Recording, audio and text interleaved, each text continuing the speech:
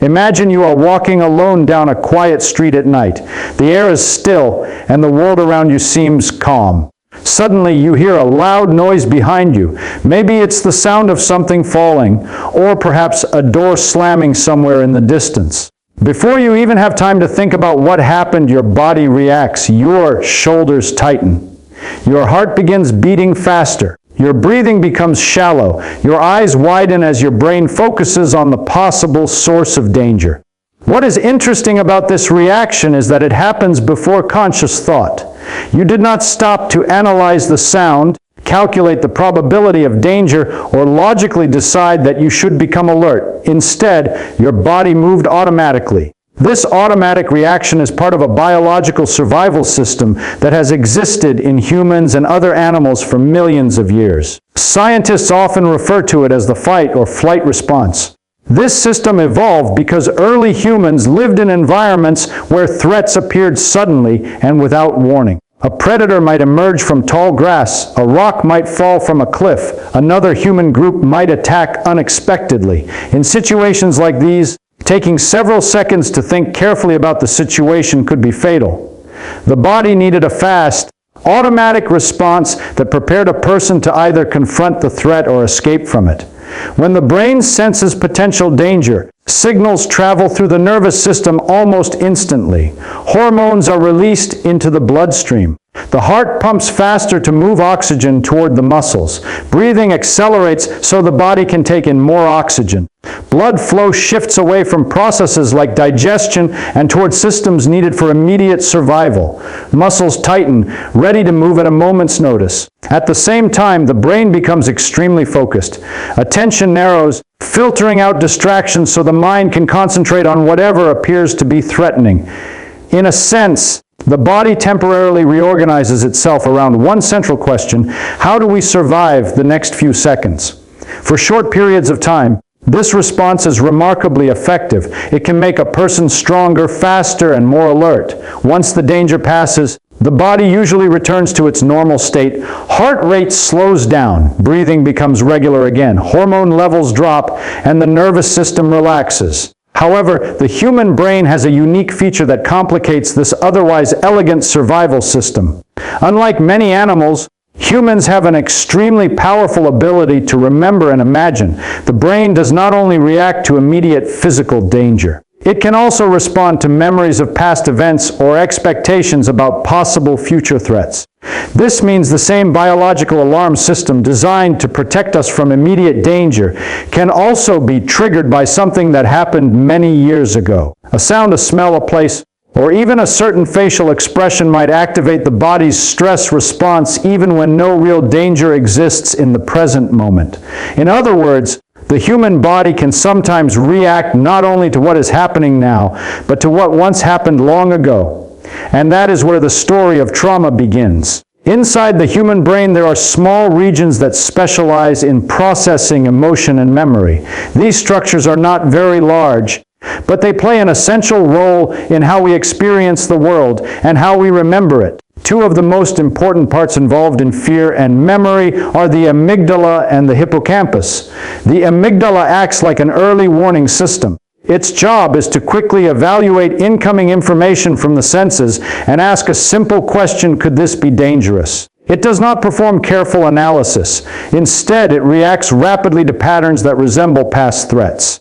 If something appears even slightly similar to a dangerous experience, the amygdala can activate the body's stress response within fractions of a second. The hippocampus, located nearby, has a different role. It helps organize and store memories. When something important happens, the hippocampus records the context of the event. It remembers where you were, what was happening around you, and how different pieces of the situation fit together. In a normal situation, these two systems work together. The amygdala identifies emotionally significant events, and the hippocampus stores the details so the brain can learn from the experience later. During moments of intense stress or fear, the body releases powerful hormones into the bloodstream. One of the most important of these hormones is cortisol. Cortisol helps mobilize energy in the body and prepares organs and muscles for rapid action. Another chemical often released at the same time is adrenaline, which increases heart rate and sharpens alertness. These stress chemicals do more than simply prepare the body for action. They also strengthen the formation of memories. When the brain experiences a highly emotional or frightening event, the presence of these hormones signals that the moment is extremely important. As a result, the memory becomes more strongly encoded in neural circuits. This is the reason many people can remember exactly where they were during shocking or frightening events in their lives. The brain effectively stamps those moments with a biological marker that says, "Remember this clearly." In many cases, this system works well. Learning from dangerous experiences is essential for survival. If someone once burned their hand on a hot surface, the strong memory of pain helps them avoid repeating the same mistake. Fear, in this sense, is a form of learning. However, there are situations in which the emotional intensity of an event becomes so great that the brain struggles to process it normally.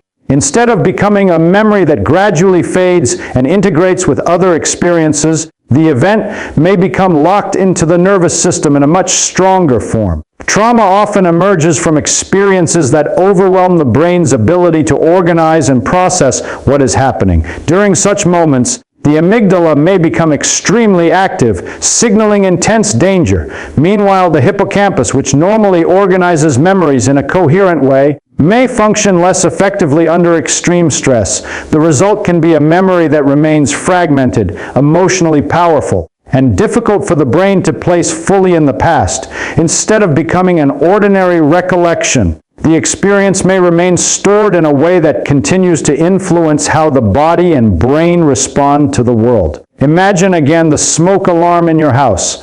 When there is a real fire, the alarm is extremely useful. It reacts quickly and loudly, giving you a warning before the situation becomes dangerous.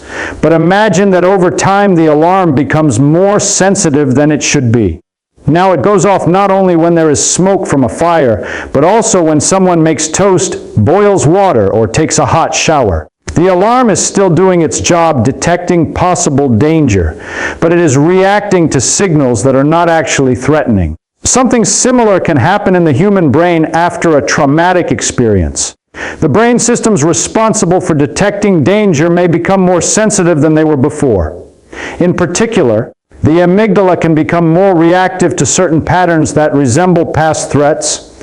A particular sound, smell, or visual cue may remind the brain, often unconsciously, of the original event. Even if the present situation is safe, the brain may still activate the body's stress response. When this happens, the body behaves as if the danger is happening right now. Heart rate increases, muscles tighten, breathing becomes rapid. The brain becomes focused on scanning the environment for possible threats.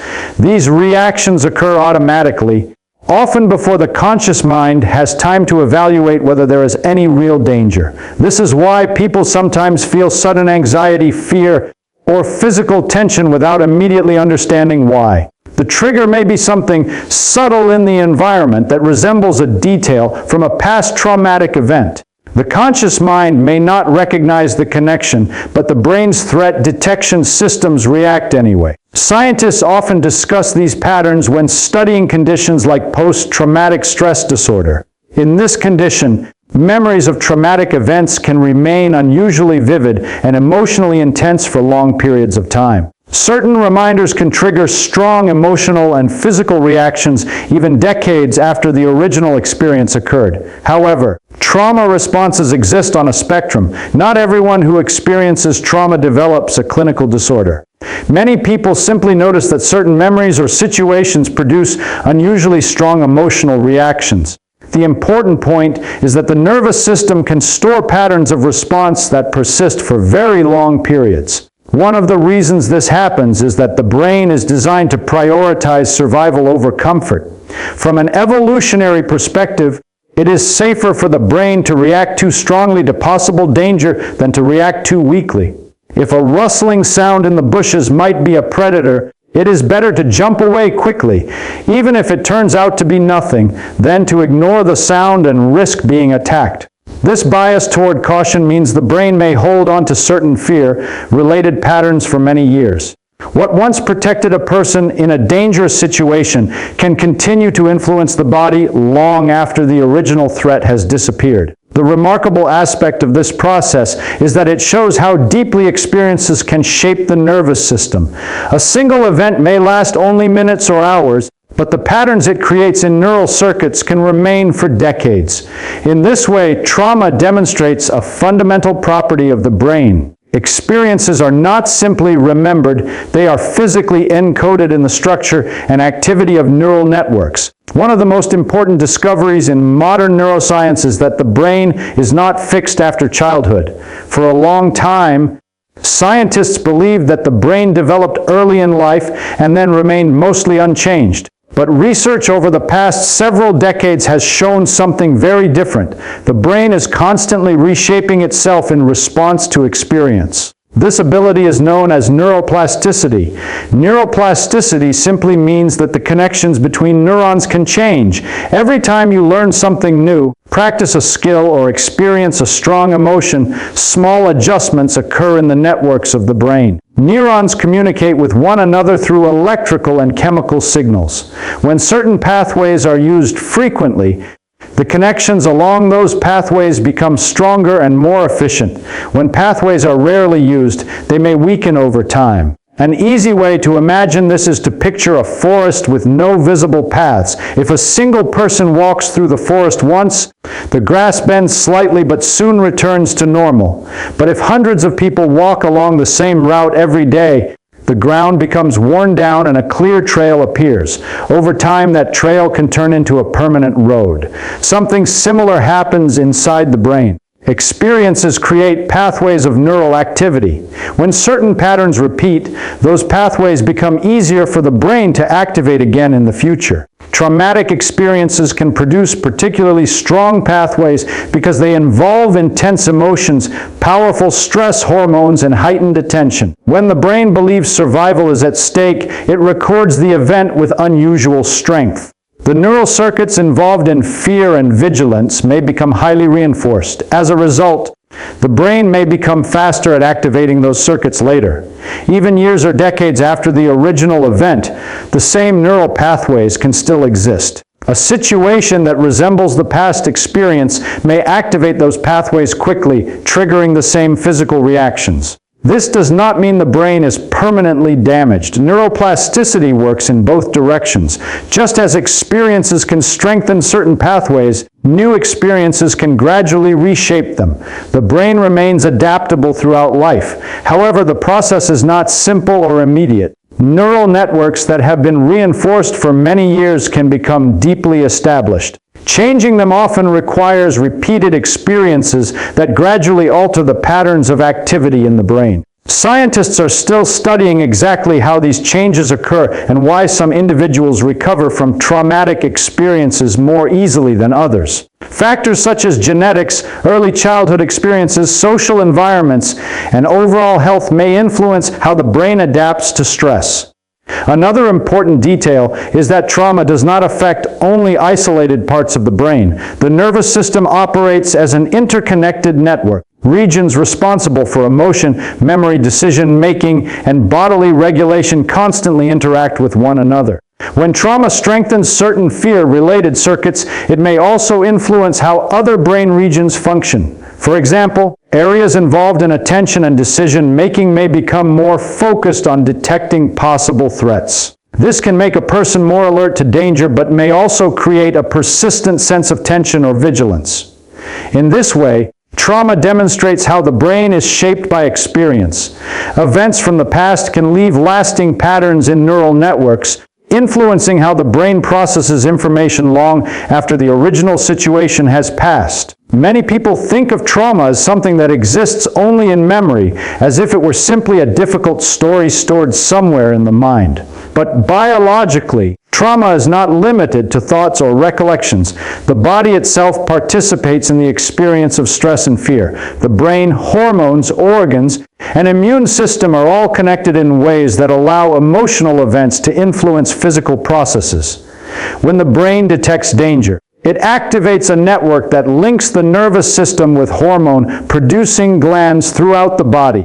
One of the central pathways involved is the hypothalamic pituitary adrenal axis, often called the HPA axis. This system connects three important components: the hypothalamus in the brain, the pituitary gland just beneath it, and the adrenal glands located above the kidneys. When a threatening situation is detected, the hypothalamus sends a signal to the pituitary gland. The pituitary then releases chemical messengers into the bloodstream that travel to the adrenal glands. In response, the adrenal glands produce hormones such as cortisol and adrenaline. These hormones circulate throughout the body, preparing it for rapid action. Cortisol helps mobilize energy by increasing the availability of glucose in the bloodstream. This provides muscles with the fuel they need to act quickly. Adrenaline increases heart rate and sharpens alertness, ensuring that oxygen and nutrients reach tissues efficiently. In the short term, these reactions are extremely useful. They allow the body to respond quickly to emergencies and then return to normal once the danger has passed. However, problems can arise when this stress system is activated too frequently or remains active for long periods. The human body evolved to handle occasional bursts of intense stress, not continuous activation of the survival system. When the HPA axis remains highly active over time, it can begin to influence other biological systems in complicated ways. Researchers studying long-term stress have observed changes in several areas of health. Sleep patterns can become disrupted, making it harder for the body to rest and recover. The immune system may become less efficient at fighting infections. Cardiovascular systems can experience increased strain because the heart and blood vessels are repeatedly pushed into high alert states. Metabolism may also shift, altering how the body processes energy. Scientists are still working to understand exactly how these effects develop and why they vary so widely between individuals. Biology rarely operates through simple cause and effect relationships. Instead, many interacting systems influence one another in complex ways. Another emerging area of research involves the study of epigenetics. Epigenetics examines how experiences can influence the activity of genes without altering the DNA sequence itself. Chemical markers attached to DNA can regulate whether certain genes are turned on or off. Some studies suggest that severe or prolonged stress may influence these markers, potentially affecting how the body responds to future stress. This research is still developing, and many questions remain unanswered. What scientists can say with confidence, however, is that emotional experiences are not purely psychological events. They are also biological processes that involve the entire body. Trauma demonstrates how closely the brain and body are connected, revealing that experiences from the past can leave traces not only in memory, but also in the physical systems that regulate life itself. Another fascinating aspect of trauma involves the way memories themselves are stored and recalled. Many people imagine memory as something like a video recording stored somewhere inside the brain. According to this common picture, an event happens, the brain records it, and later the mind simply plays it back when we remember it. But neuroscience suggests that memory does not work this way at all. When you remember an event, your brain does not retrieve a perfectly preserved recording. Instead, it reconstructs the experience using networks of neurons that store fragments of information. Visual details, sounds, emotions, and contextual information are distributed across different regions of the brain. When you recall a memory, these pieces are reassembled into a coherent experience. In other words, remembering is an active process rather than a simple playback. Two important brain structures are deeply involved in this process: the hippocampus and the amygdala. The hippocampus helps organize memories by placing them in a timeline and connecting them with the context in which they occurred. It helps the brain understand that an event happened in the past. The amygdala, on the other hand, is strongly involved in emotional intensity, particularly fear and threat detection. Under normal circumstances, these systems work together to gradually integrate experiences into the broader story of a person's life. Memories may fade in intensity over time, and the brain becomes better at recognizing that the event is no longer happening. The hippocampus helps anchor the memory firmly in the past. However, traumatic experiences can disrupt this process. During moments of extreme stress, Large amounts of stress hormones such as cortisol and adrenaline flood the brain. While these chemicals can strengthen memory formation, they may also interfere with the hippocampus's ability to organize memories normally. At the same time, the amygdala may become extremely active, strongly encoding the emotional intensity of the event. The result can be a memory that remains unusually vivid and emotionally powerful. Instead of gradually fading or integrating into ordinary autobiographical memory, the experience may remain stored in fragments. Certain sensory details, such as a sound, smell, or image, may remain strongly linked to the emotional reaction that occurred during the original event. Because of this, when a similar sensory cue appears later in life, the brain may react as if the original situation is happening again. The amygdala triggers the body's stress response even though the present environment may be safe. Meanwhile, the hippocampus may struggle to fully signal that the event belongs to the past. Scientists studying these patterns often examine conditions like post-traumatic stress disorder, where these reactions can become particularly intense and persistent. But even outside clinical diagnosis, many people notice that certain memories retain a powerful emotional charge long after the events themselves have ended. One reason this phenomenon is scientifically interesting is that it highlights how memory, emotion, and biology are deeply intertwined. Memories are not simply abstract thoughts stored somewhere in the mind. They are physical patterns of neural activity embedded in the structure of the brain. When those patterns are reactivated, they can influence not only thoughts but also heart rate, breathing, muscle tension, and hormone release. In this sense, remembering is not only a mental experience, it is also a biological event happening throughout the body. The brain reconstructs the past, and the body sometimes responds as if the past were still unfolding in the present. One of the most surprising discoveries in neuroscience is that the brain is constantly communicating with the rest of the body in ways that are far more complex than scientists once imagined. For a long time, researchers thought of the brain as the command center and the body as something that simply followed instructions.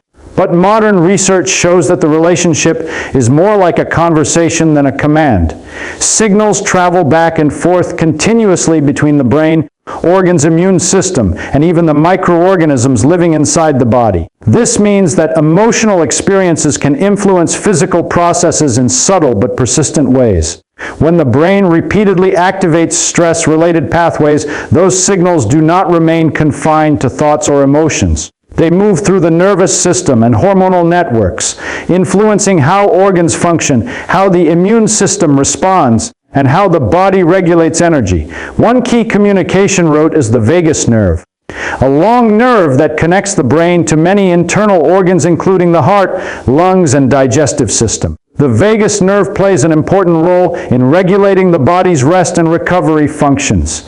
When this system is active, heart rate slows, digestion operates efficiently, and the body can return to a calm physiological state. However, when the body spends long periods in a stress response mode, the balance between activation and recovery can shift. The systems responsible for vigilance and rapid reaction may remain more active than the systems responsible for rest and restoration. This does not necessarily happen all at once. Often it develops gradually through repeated cycles of stress activation. Another fascinating area of research involves the interaction between the nervous system and the immune system.